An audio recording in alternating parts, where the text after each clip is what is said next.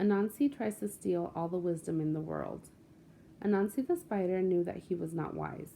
He was a sly trickster who could use his wit to fool many different people, but he knew that he did not have much wisdom.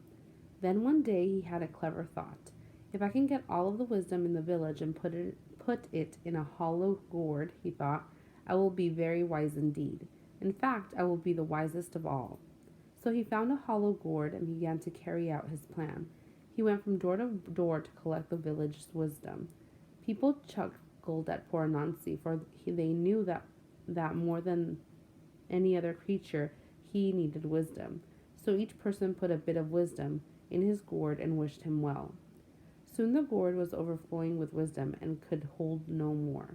Now Anansi needed to find a place to store it. I am certainly the wisest person in the world, but if I don't find a good hiding place for my wisdom, I am sure to lose it. He looked around and spotted a very tall tree. Ah, Anansi said, I will hide my wisdom high in that tree. Then I will never have to worry about someone stealing it from me. Anansi set out to climb the towering tree with the heavy gourd tied to the front of his belly where it would be safe. As he climbed, however, the gourd full of wisdom kept getting in the way. He tried and tried, but he could not climb very high. Just then Anansi's younger son walked by. What are you doing, father? Asked the spider. I am climbing this tree with my gourd full of wisdom, Anansi replied. But father, said the son, wouldn't it be much easier if you tied the gourd behind you instead of in front? Anansi sat there quietly for a very long time. Then he said, shouldn't you be going home now? After his son left, Anansi moved the gourd so that it was behind him. Then he proceeded up the tree without a problem. When he reached the top, he cried out, I collected so much wisdom that I am the wisest person ever, and still my baby son is wiser than me. Here, take back your wisdom. He lifted the gourd high over his head and spilled its contents into the wind. The wisdom blew far and wide and settled across the land, and this is how wisdom came back into the world. Number 1. Why is the setting important to the story? A. The villagers were the ones who gave Anansi all their wisdom. B. The gourd couldn't hold all the wisdom. C. The tree was what made Anansi realize he did not have all the wisdom. D. Anansi had trouble finding a place to hide his gourd. Number 2. Who made the following statement? I am climbing this tree with my gourd full of wisdom. A. Anansi. B. The little spider. C. The mouse. D. The lion. Number 3. Part A.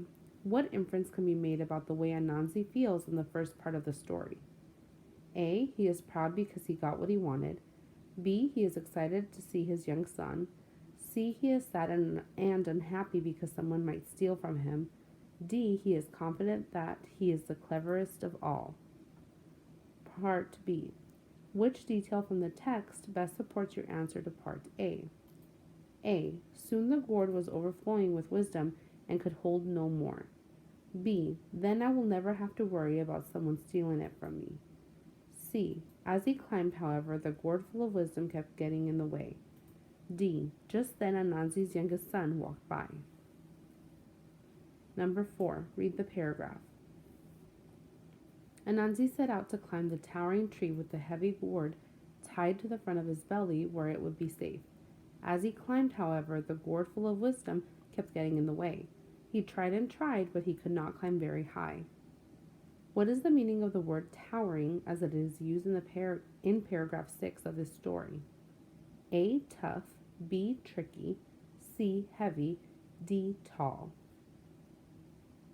Number 5. How would the story be different if it was told from the point of view of Anansi's son? A. The reader would not know why Anansi was in the tree. B. The reader would not know why Anansi was trying to collect the wisdom. C. The reader would not know if Anansi or his son is smarter. D. The reader would not know why Anansi decided to tie his gourd to his belly.